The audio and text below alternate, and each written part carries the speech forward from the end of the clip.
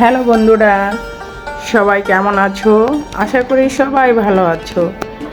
কাছে কিংবা দূরে যে যেখান থেকে এই মুহূর্তে আমার ভিডিওটি দেখতেছো, সবাইকে নমস্কার ও অনেক অনেক ভালোবাসা।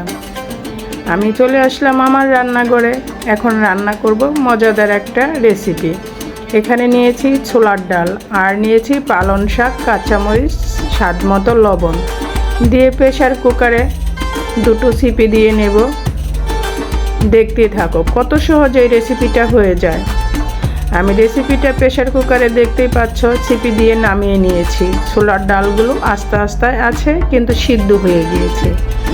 আর এখানে কড়াইয়ে দিয়ে দিয়েছি আমি গোটা পাঁচফোড়ন, তেজপাতা, আদা ছেঁচে আর গোটা শুকনা মরিচ।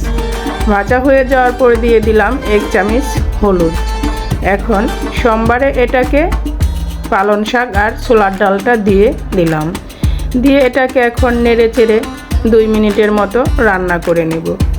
এই রেসিপিটা অল্প মশলাতে খেতে এত সুস্বাদু, একবার ট্রাই করে দেখবে। এটা ভাত, রুটি, পরোটা সব কিছুর সাথে খাওয়া যাবে। নিরামিষ ছোলার ডাল দিয়ে পালং শাক। আমাদের কাছে এই রেসিপিটা খুবই ভালো লাগে। তোমরাও একবার ট্রাই করে দেখো। এবং অল্প সময়ে 5 মিনিটে হয়ে গেল এই মজাদার রেসিপিটা। আর এখানে আমি নামানোর আগে দিয়ে দিলাম 1 টেবিল চামচ জিরা গুঁড়া।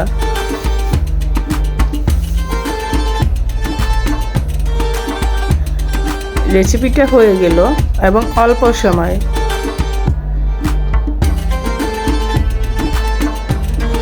এখন আমি এটাকে চুলা থেকে নামিয়ে নেব।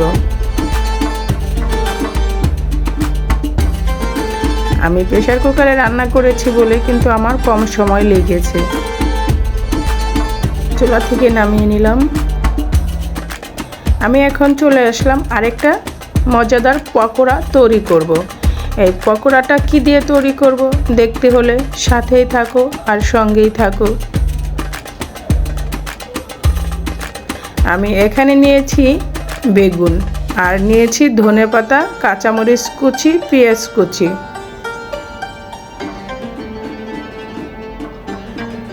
আর দিয়ে দিচ্ছি স্বাদ মতো লবণ, দিয়ে দিব হলুদ গুঁড়া, অল্প পরিমাণ মরিচ গুঁড়া, ধনিয়া গুঁড়া, আর দিয়ে দিচ্ছি এখানে চালের গুঁড়া পরিমাণ মতো।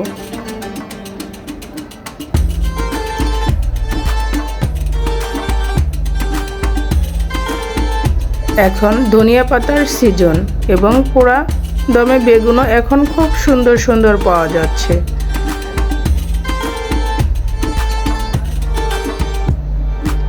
আর ধনিয়া পাতার পরিমাণটা আমি একটু বেশি দিয়েছি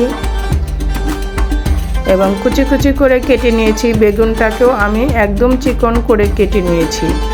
আর দিয়ে দিচ্ছি এখানে এখন বেসন। আমি আমার পরিমাণ মতো দিয়েছি, তোমরা তোমাদের পরিমাণ মতো দিয়ে নেবে। এখন সবগুলো উপকরণ দিয়ে এটাকে ভালো করে মেখে নেব, অল্প একটু জল দিয়ে।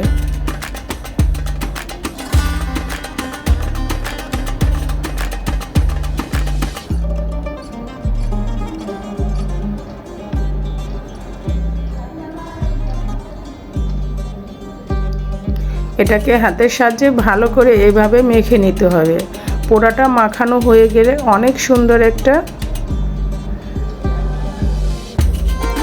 ডোয়ের মতো তৈরি হবে।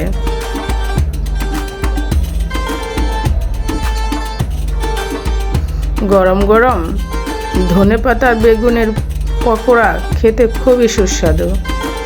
বিকালের নাস্তায় এমন একটা পকোড়া হলে জমে যাবে।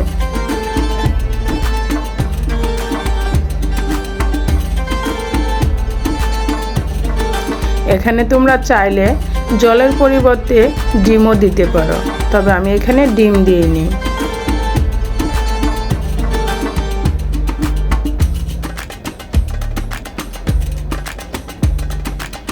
দেখতেই পাচ্ছ মাখানোর পর এটা কতটা সুন্দর হয়েছে।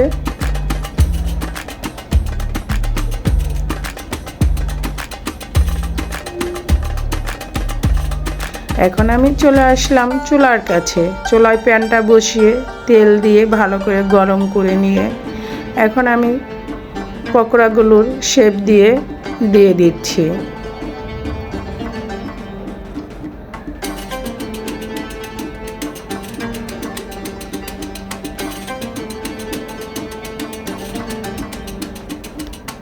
সবগুলো পকোড়া আমি এভাবে দিয়ে দেব।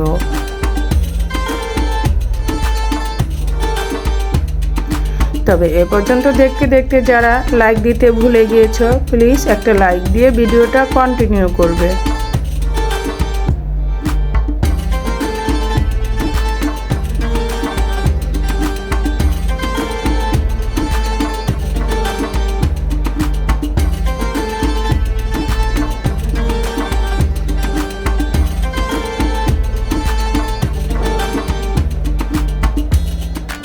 আমি সবগুলোই দিয়ে নিলাম।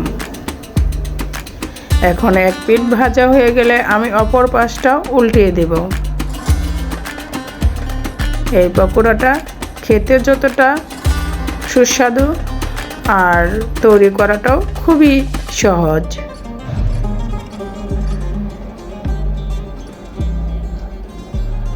তোমাদের ভালো লাগলে আমার মতো একবার হলো ট্রাই করে দেখো। গরম গরম এই শীতের সকাল বা বিকেলে জমে যাবে এমন পকোড়া হলে।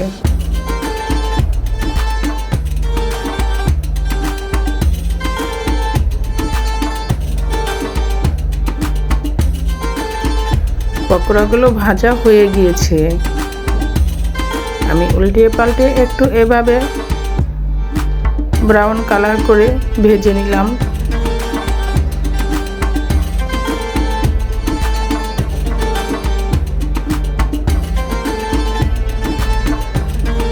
এখন তেলটা ঝরিয়ে আমি একটা স্ট্রেনারের সাহায্যে নামিয়ে নিচ্ছি।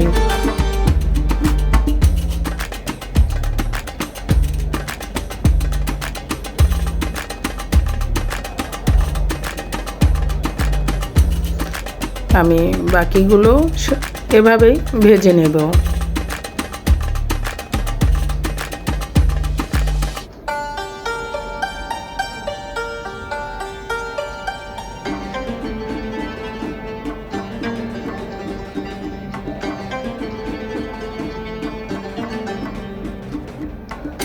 আমি সবগুলো ভেজে নামিয়ে নিয়েছি। এখন পরিবেশন করার জন্য রেডি।